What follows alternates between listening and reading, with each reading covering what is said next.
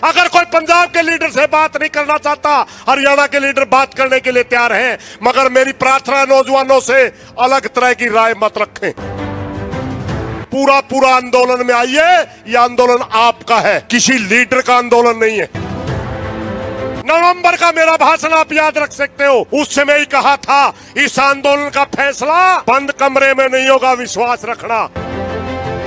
तोमर साहब कहते हम तो बात के लिए तैयार, हम कदनाटे थे। अरे बेशरम आदमी, आंदोलन का मतलब ही बात करना होता है। जब हमारे को कोई दिक्कत नहीं होती तो हम आंदोलन क्यों करते? आपको दिक्कत यह नहीं है कि किसान कानून समझे नहीं, आपको दिक्कत यह है कि किसान कानून समझ गया। प्रधानमंत्री जी, आपको मैं हरियाणा का इतिहास याद दिलाता हूं। जिस भी तानाशाह ने, जितने भी मुख्यमंत्री आए जो किसानों से टकराया, जिसने किसानियों पर लाठियां चलाई, जिसने किसानों पर गोलियां चलाई, वो दोबारा मुख्यमंत्री नहीं बना। पता कर लियो तेरी सीआईडी में। मैं आपको सिर्फ 2-3 बातें सरकार के अंदर क्या चल रही और हम क्या सोचते हैं वो बताऊंगा। आदरणीय किसान साथियों, भारतवर्ष के अंदर जितनी अब आज के दिन जितने मोटी चमड़ी के लोग बैठे हैं, ये अंदर से खोखले हो चुके हैं। आप लोगों को पता, पिछले दिनों आपके कितने नाम निकाले गए लोगों के द्वारा। कभी आपको खालिस्तानी, अलगाववादी, वामपंथी और दूसरे नारे दिए गए। कभी हमारे को जातियों में बांटा गया। अब एक नया नारा इन लोगों ने लगाया है। अमित शाह एक मीटिंग लेता है और पूरे देश के इनके एमपीओ को बुलाता है और बुला करके कहता है जो जाट बहुलक क्षेत्र है, इसके अंदर कानून को समझाने की जरूरत है। मैं कहता हूं अमित शाह जी, ये देश कानून समझ गया, ये किसान कानून समझ गए। आपको दिक्कत यह नहीं है कि किसान कानून समझे नहीं, आपको दिक्कत यह है कि किसान कानून समझ गया। आप मूर्ख लाते हैं हमारे को।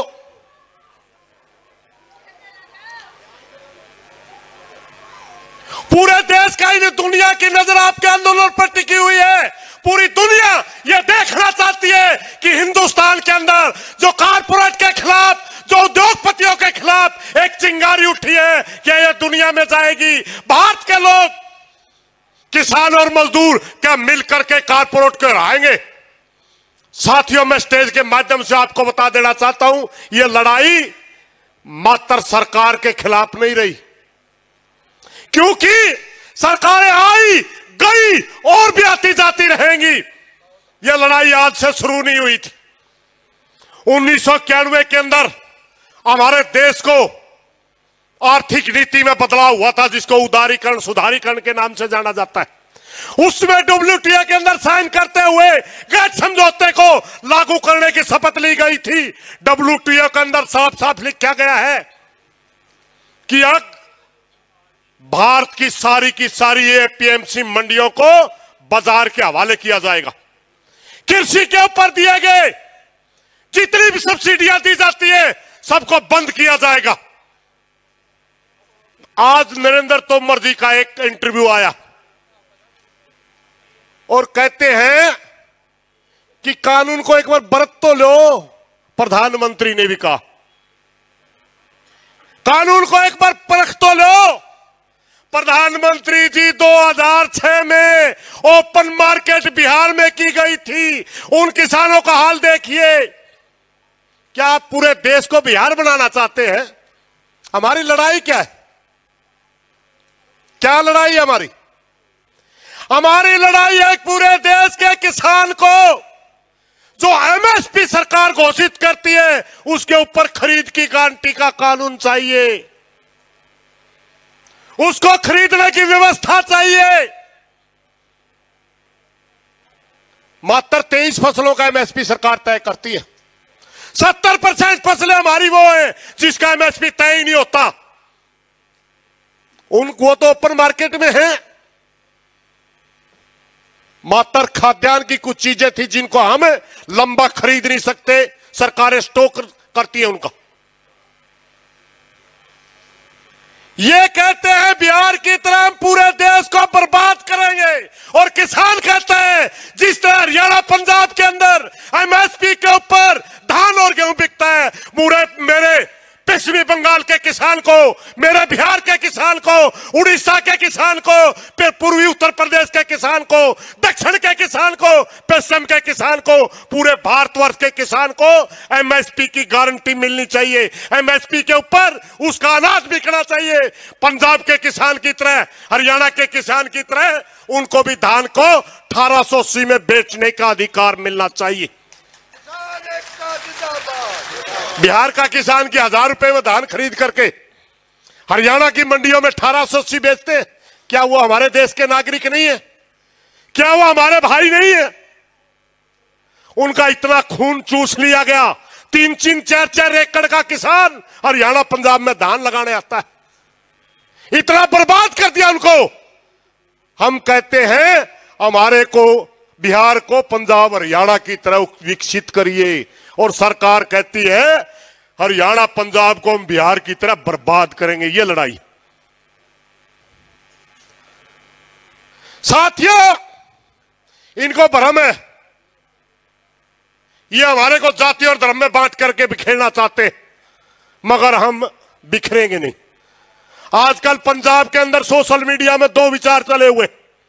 मेरी प्रार्थना है किसी भी तरह का अलग विचार रखना आज समय की जरूरत नहीं है। आज समय यह है कि हमने एकता दिखानी है। अगर किसी भाई को कोई तकलीफ है, हमारे से बात कर सकता है। अगर कोई पंजाब के लीडर से बात नहीं करना चाहता, हरियाणा के लीडर बात करने के लिए तैयार हैं। मगर मेरी प्रार्थना नौजवानों से, अलग तरह की राय मत रखें। हम आपसे हाथ जोड़ करके प्रार्थना करते हैं, पूरा आंदोलन में आइए। यह आंदोलन आपका है, किसी लीडर का आंदोलन नहीं है।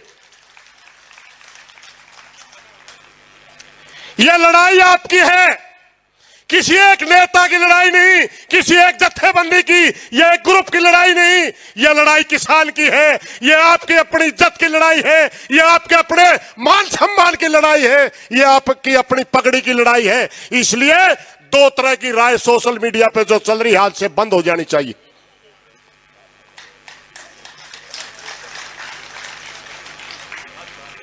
हम 2-3 बातें आपसे सिर्फ यही करने आए थे। आज सरकार हिल चुकी है, डर चुकी है। तोमर साहब कहते हैं हम तो बात के लिए तैयार, हम कदनाटे थे। अरे बेशरम आदमी, आंदोलन का मतलब ही बात करना होता है। जब हमारे को कोई दिक्कत नहीं होती तो हम आंदोलन क्यों करते? अगर हम आंदोलन करते तो बात करने तो आए हैं, मूर्ख क्यों बना रहे? हमारे को कहता है कि हमने आपके पास भेजा था, उसका जवाब नहीं आया। हमने आपके पास भेजा था कि आपने एमएसपी के ऊपर तो एक बात भी नहीं रखी। हमारे ऊपर कानून तो थोपे हैं आपने। हमारी मांग तो एमएसपी की है, थोपी हुई चीज क्यों स्वीकार करें हम? साथियों, यह पूरी दुनिया का आंदोलन है, कारपोरेट के खिलाफ काम करने वालों का, कामगार का आंदोलन है, मेहनत कश का आंदोलन, लूटने वालों के खिलाफ। यह लड़ाई आज से नहीं चली हुई, कई हजार साल से यह एक विचारधारा की लड़ाई बनी हुई।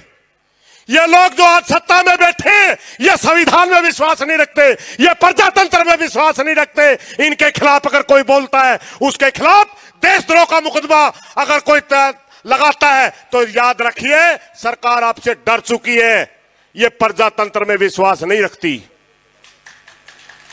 इस तरह की कार्रवाई हमेशा डरते लोग करते हैं। आपसे मेरी एक प्रार्थना है, मात्र सिर्फ एक बात याद रखिए। मैंने पहले दिन 28 नवंबर का मेरा भाषण आप याद रख सकते हो। उस समय ही कहा था इस आंदोलन का फैसला बंद कमरे में नहीं होगा, विश्वास रखना। हुआ क्या आज तक? और आज भी कहता हूं, ये आंदोलन का फैसला हर किसान को पता होगा जब होगा। आज तक सरकार ने हमारे साथ बात ही नहीं की, मात्र मूर्ख बनाना चाहते थे, मगर सृष्टि का नियम भूल गए। सरकार सृष्टि का नियम भूल गए। परमात्मा ने सृष्टि बनाई, तब एक कानून बना था इस सृष्टि के लिए कि इसके अंदर जो बीज डाला जाएगा उसका वो फलेगा, फूलेगा, बड़ा होगा। मोदी जी, हमारा काम आंदोलन का बीज डालना था, ये तो अपने आप फल फूल रहा है, पूरे देश में जा रहा है। अब हमारे बस की बात नहीं है, ये सृष्टि का नियम है, परमात्मा का नियम है, हमारा बस का नहीं है। इसलिए मेरी प्रार्थना है, इस देश की गद्दी पे बैठे हुक्मरानों से, बड़े बड़े गद्दी में बैठे जो राजा हैं,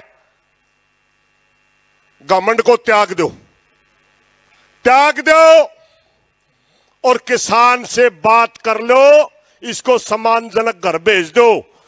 कुर्सी तो आनी जानी चीज है। यह किसान हरियाणा की धरती बैठा है। प्रधानमंत्री जी, आपको मैं हरियाणा का इतिहास याद दिलाता हूं। जिस भी तानाशाह ने, जितने भी मुख्यमंत्री आए, जो किसानों से टकराया, जिसने किसानियों पर लाठियां चलाई, जिसने किसानों पर गोलियां चलाई, वो दोबारा मुख्यमंत्री नहीं बना। पता कर लियो तेरी CID पे। अगर हरियाणा में आपने धक्केशाही करना चाहिए तो याद रख, फांसी खा के मरेगा, दोबारा प्रधानमंत्री नहीं बनेगा।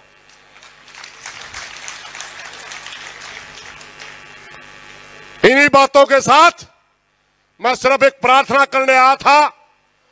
पंजाब के नौजवान साथियों से स्पेशल मेरी हाथ जोड़ करके प्रार्थना है, सोशल मीडिया पे जो गलत आप लिख रहे हैं